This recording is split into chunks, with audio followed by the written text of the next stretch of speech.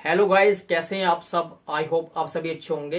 Guys, मेरा नाम है इमरान और मैं आज आपको पढ़ाने वाला हूं। आज का टॉपिक ये होगा आरआरबी एनटीपीसी सीबीटी 1 परीक्षा। मैं आपको यहां एनटीपीसी 1 सीबीटी 1 की परीक्षा का रिवीजन कराने वाला हूं। इससे पहले मैंने एक वीडियो बनाया है जिससे कि मैंने उसमें 10 क्वेश्चन कवर कराए दोस्तों। आज ये मेरी दूसरी वीडियो है, इसमें भी मैं आपको 10 क्वेश्चन कवर कराने वाला हूं। तो आज आपका क्वेश्चन ये होगा, क्वेश्चन है दो रेलगाड़ी की चालों का अनुपात 7:5 है। यहाँ दो रेलगाड़ी है और इनका जो चाल का अनुपात दे रखा है वो 7:5 है। यदि दूसरी रेलगाड़ी 4 घंटे में 400 किलोमीटर की दूरी तय करती है तो पहली रेलगाड़ी की चाल ज्ञात कीजिए। यहाँ आपको पूछा गया है कि पहली रेलगाड़ी की चाल क्या है, वो हमको बताना है। तो कैसे इसको हम लगाएंगे क्वेश्चन को, देखिए आप। चालों का अनुपात यानी इसका जो सॉल्यूशन होगा S1 अनुपात S2 दे रखा है गाइस, 7:5 है, दे सकते हैं आप। दूसरी रेलगाड़ी जो चाल दे रखी है 4 घंटे में कितना है, 4 घंटे में जो है ये आवर्स में 400 किलोमीटर है। अगर हम बात करें एक घंटे में कितने कवर करेगा ये, 400 को हम 4 से डिवाइड कर देंगे गाइस, तो ये आ जाएगा 10, 100 बार कट जाएगा। यानी ये आ जाएगा कि 1 आवर्स की जो वैल्यू है वो 100 किलोमीटर के बराबर है एक घंटे में। तो आपसे पूछा गया, इसने बोला गया है कि हमें पहली रेलगाड़ी की चाल बताएंगे, लेकिन या दूसरी रेलगाड़ी की आप देख रहे हैं चाल कितनी है, 5 है। 5 दे रखी है, आप इसको 5 से डिवाइड कर देंगे। तो जैसे आप डिवाइड करते हैं 5 दूनी 10, 0 हो जाएगा गाइस ये, तो ये आ जाएगा 20 किलोमीटर। 20 किलोमीटर आ गया। आपसे पूछा गया कि पहली रेलगाड़ी की चाल पूछना है, बताना है। तो पहली रेलगाड़ी की चाल कितनी है, 7 है।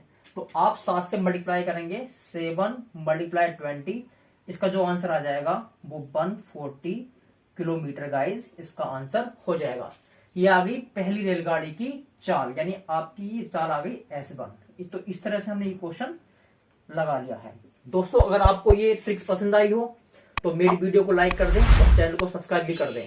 क्वेश्चन नंबर 2 देखिए गाइड, इसमें पूछा गया है यदि किसी वस्तु का क्रय मूल्य उसके विक्रय मूल्य का 40% है, ये आपसे पूछा गया है, तो इसका विक्रय मूल्य इसके क्रय मूल्य का कितने प्रतिशत होगा। यानी आपको यहां फाइंड करना है गाइस, प्रतिशत फाइंड करना है। तो ऐसे क्वेश्चन को हम लगाते कैसे हैं, आप यहां वीडियो में बने रहिए। क्वेश्चन में पूछा गया क्रय मूल्य को दोस्तों हम पूछते हैं सीपी बोलते हैं, क्योंकि सीपी का मतलब क्रय मूल्य का मतलब होता है खरीदना। तो क्रय मूल्य उसके विक्रय मूल्य का इधर रखा है गाइस 40% है। 40 को परसेंट को 100 से डिवाइड करेंगे आप, और विक्रय मूल्य का इस तरह से। तो अगर हम एक काम करते हैं, सीपी S2 की उसके बटे में ले आते हैं एसपी, तो बराबर हो जाएगा 40/100। इसे काट लेंगे, 20 दूनी 40 हो जाएगा और 20 पंजे 100 हो जाएगा। तो ये आपका आ जाएगा अनुपात 2/5। लेकिन आपसे पूछा गया है कि विक्रय मूल्य इसके क्रय मूल्य का, सबसे पहले आपको विक्रय मूल्य करना। विक्रय मूल्य मतलब एसपी और क्रय मूल्य मतलब सीपी। इसे पूछा है कि विक्रय मूल्य इसके क्रय मूल्य का है, विक्रय मूल्य इसके क्रय मूल्य का, तो इसकी वैल्यू विक्रय मूल्य की 5 है और इसकी वैल्यू 2 दे रखी है, यानी इसको लिखेंगे 5/2। लेकिन आप निकालेंगे यहाँ प्रतिशत निकालेंगे, तो 100 से क्या करेंगे आप गुणा करेंगे, यहाँ इसे काट लेते हैं, 2 एकम 2, 2 पंजे 10, 0 हो जाएगा। तो जैसे हम गुणा करते हैं 5 गुणा 50, यह आ जाएगा 250, यानी आपका ये आंसर आ जाएगा 250%, इसका आंसर आ जाएगा। तो गाइज, अगर आपको वीडियो पसंद आ रही हो तो मेरी वीडियो को लाइक कर दें। क्वेश्चन नंबर 3 देखिए गाइज, इस क्वेश्चन में पूछा गया है एक समकोण त्रिभुज के आधार ऊंचाई क्रमशः 15 सेंटीमीटर और 8 सेंटीमीटर है, तो उसके शीर्ष से उसके कर्ण की ऊंचाई कितनी होगी। यानी आपको निकालनी, उसके शीर्ष जो होता है उससे आप ऊंचाई फाइंड करेंगे। तो कैसे करेंगे, सबसे पहले हम एक त्रिभुज बना लेते हैं, ड्रॉ कर लेते हैं। सबसे पहले त्रिभुज, ये त्रिभुज हो जाएगा गाइस इस तरह से, ये ड्रॉ कर लिया हमने, यानी ये हो जाएगा इस तरह ए बी और सी, यानी शीर्ष आपका ये हो जाएगा, इसकी ऊंचाई इतनी ये हो जाएगी। ये हमने शीर्ष से लंब डाल दिया है, 90 अंश पे हो जाएगा। लेकिन ये पॉइंट है आपका डी। अब इसने पूछा है कि आधार और ऊंचाई दे रखी है। आधार क्या दे रखा है गाइस, यहाँ ऊंचाई तो आपकी ये होगी, आधार ये हो जाएगा। तो ऊंचाई कितनी है यहाँ 15 सेंटीमीटर है और आधार कितना है 8 सेंटीमीटर है। तो सबसे पहले हम क्या कर लेते हैं, सबसे पहले हम एसी फाइंड कर लेते हैं। एसी निकालने के लिए आप जानते हैं कि पाइथागोरस यहाँ अप्लाई करनी है। तो पाइथागोरस लगाएंगे यहाँ पर त्रिभुज एबीसी में, त्रिभुज एबीसी में पाइथागोरस प्रमेय से प्रमेय लगाएंगे।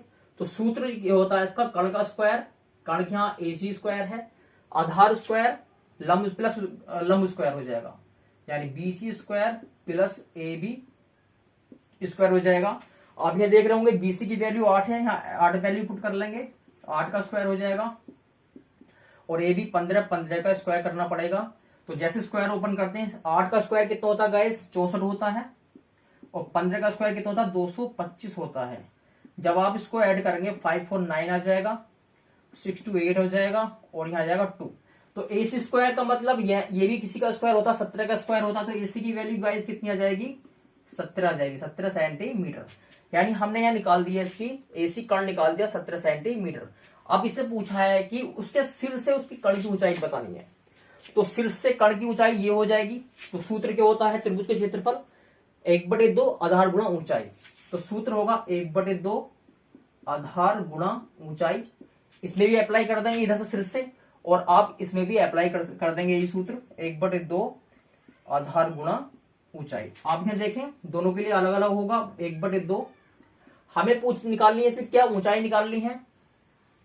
तो इसमें आधार कितना दे रखा है गाइस, आधार दे रखा है आपका गाइस ये 17, क्योंकि इसके लिए आधार ये हो जाएगा 17 हो जाएगा और हमें यहाँ ऊंचाई फाइंड करनी है 1/2। आधार की वैल्यू यहाँ देख रहे हैं आप 8 है और ऊंचाई की वैल्यू यहाँ कितनी है 15 है। इसको काट लेते हैं, 2 चौके 8, तो कितना हो जाएगा 17/2 गुणा ऊंचाई h हो जाएगा और 15 चौका कितना हो जाएगा यहाँ 60 हो जाएगा। तो इसकी करते हैं हम क्रॉस मल्टीप्लाई कर लेते हैं और हम यहाँ h की वैल्यू फाइंड कर पाएंगे। तो h की वैल्यू कितनी हो जाएगी गाइस, यहाँ पर हो जाएगी 60 गुणा 2 और ये 17 आएगा बटे में। तो 60 दूनी कितना होता है गाइस 120 होता है और बटे 17 जैसे हम भाग देते हैं 17 पंजे 85, 17 छंग 102 और 17 सत्ते 119, यानी 17 सत्ते 119 हो जाएगा। ऊपर बचेगा 1 यानी 1/17 यानी 7 एंड 1/17 सेंटीमीटर इसका आंसर गाइज आपका आ गया। अगर आपको टिप्स पसंद आई हो तो मेरी वीडियो को लाइक कर दें। क्वेश्चन नंबर आप 4 देखें गाइज, ये क्वेश्चन दे रखा है और ऐसे क्वेश्चन रेलवे में बहुत क्वेश्चन देखने को मिलते हैं। तो क्वेश्चन कैसे लगाना होता है आप यहाँ बने रहिए वीडियो में, मैं आपको बताऊंगा बहुत इजी वे में। तो क्या दे रखा है यहाँ पर 31 25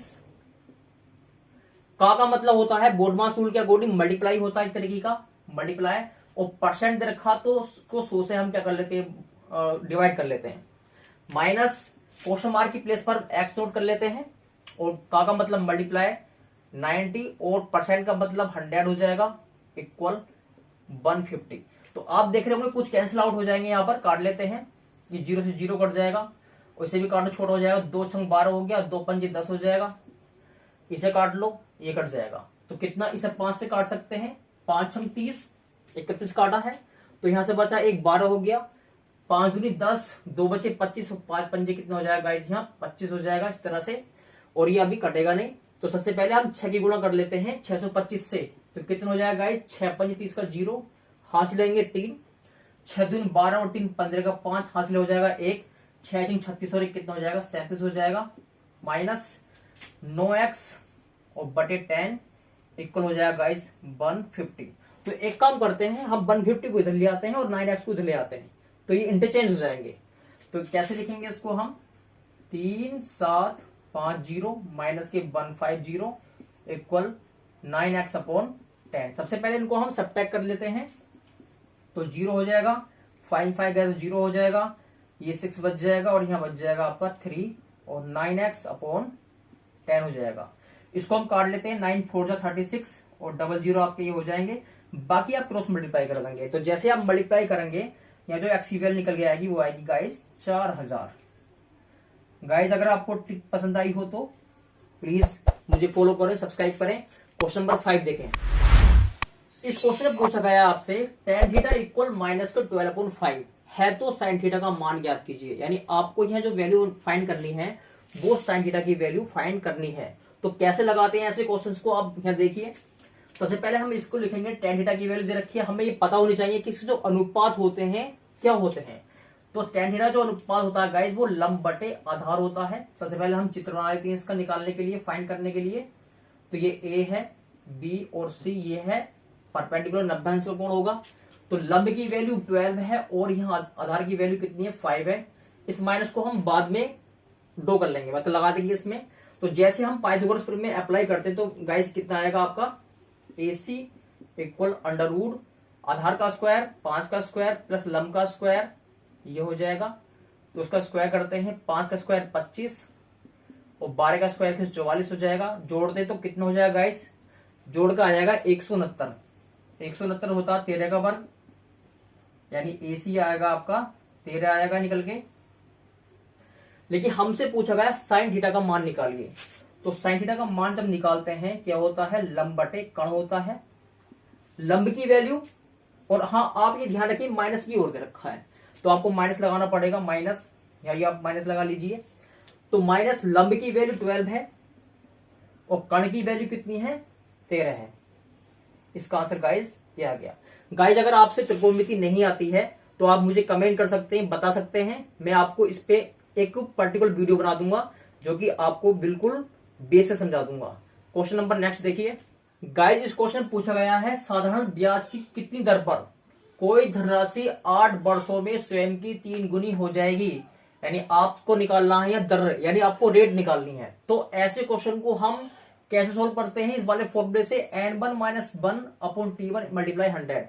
इसको निकालने का ये बहुत शॉर्टकट मेथड है। तो कैसे निकालेंगे, कह रहा है 3 गुनी हो जाएगी। 3 गुनी का मतलब होता है n1 की वैल्यू 3 है और -1 कितने वर्षों में, 8 वर्षों में। तो 8 से हम डिवाइड करेंगे, मल्टीप्लाई करेंगे गाइस, यहाँ 100 करेंगे, घटाएंगे कितना बच जाएगा 2/8 और मल्टीप्लाई 100, 2 से काटो, 2 ही कम 2, 2 चौके 8, 4 से भाग देते हैं, 4 दूनी 8, 2 हो जाएगा 20 और 4 पंजे 20।